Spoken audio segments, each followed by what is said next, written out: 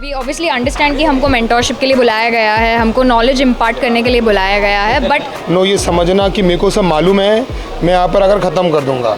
जो ये पहले सोचता है वो पहले ख़त्म होता है, बाद में और ख़त्म होता है।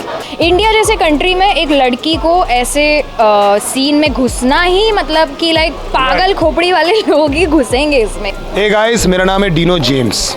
हाय गाइस, दिस इज डीएमसी और आप देख रहे हैं टेली चस्का।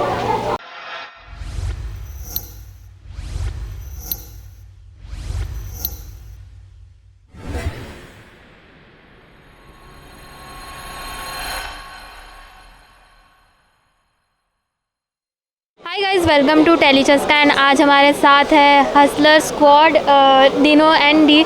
सो first of all welcome to Tele Chaska. Thank you so much. Thank you for having us here.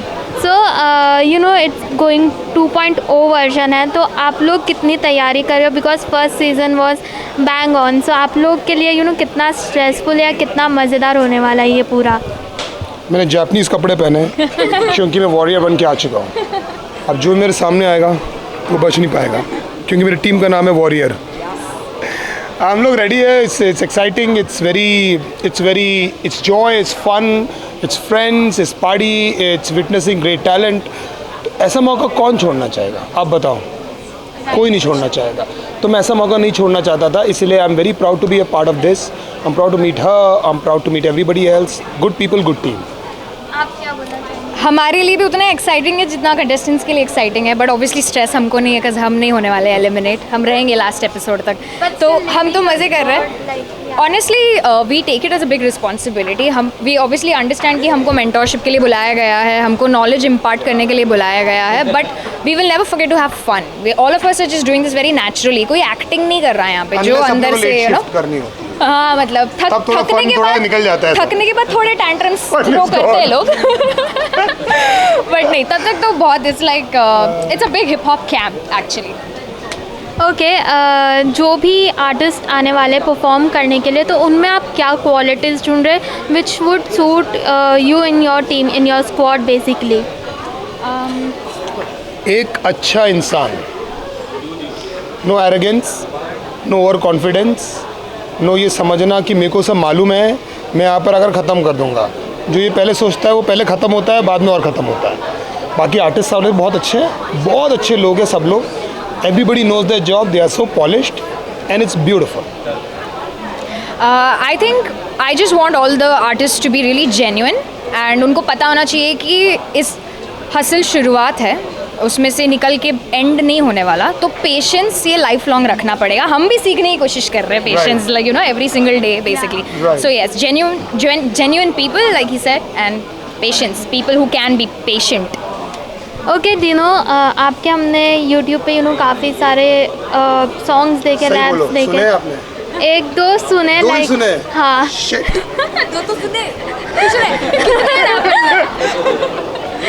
सो उसमें से यू नो यहाँ तक की जर्नी जो रही वो कितनी रही? और आपने अभी कहा था कि आप काफ़ी ज़्यादा जेलस है, तो अगर आप मतलब कि पहले ये प्लेटफॉर्म नहीं था, फन वे में बोला था एक्चुअली।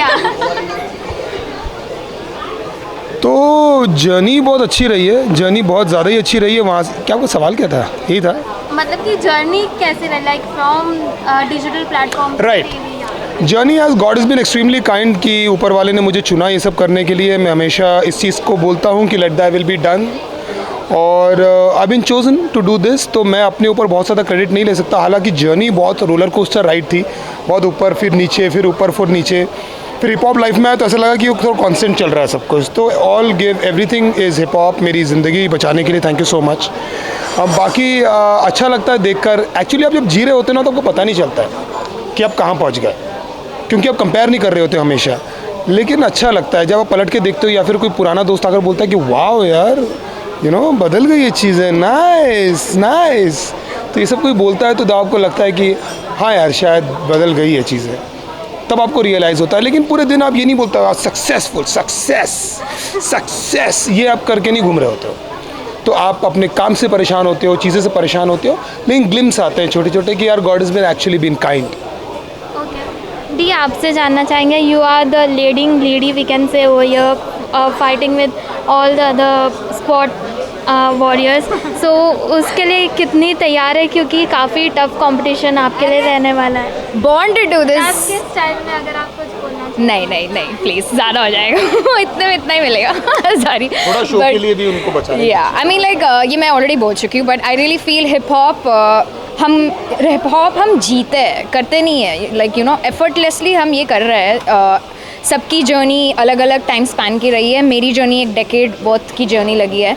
इंडिया जैसे कंट्री में एक लड़की को ऐसे सीन में घुसना ही मतलब कि लाइक पागल खोपड़ी वाले लोग ही घुसेंगे इसमें कि यू नो कुछ अंदर से like there some craziness. I always wanted to be 1 in a billion honestly. I knew कि ये कंट्री में औरतों से कुछ भी एक्सपेक्टेड नहीं है, तो मुझे कुछ ऐसा फील्ड चूज़ करना था जिसमें औरतों ने कुछ किया नहीं है, and I will get a shot to become 1 in a billion. So that's what I did, and I am 1 in a billion. Hip hop made me one of the most empowered women in this country, and that's what I want other women to look at this show and learn.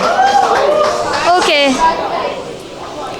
Lastly fans and viewers के लिए क्या message देना चाहेंगे आप दोनों, या MTV hustle 2.0 जल्दी आने वाला है उसके लिए?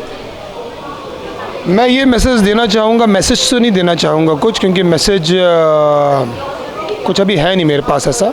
मैं ये दावा करना चाहूँगा आपको कि बहुत मनोरंजन आ रहा है आपके रास्ते आगे।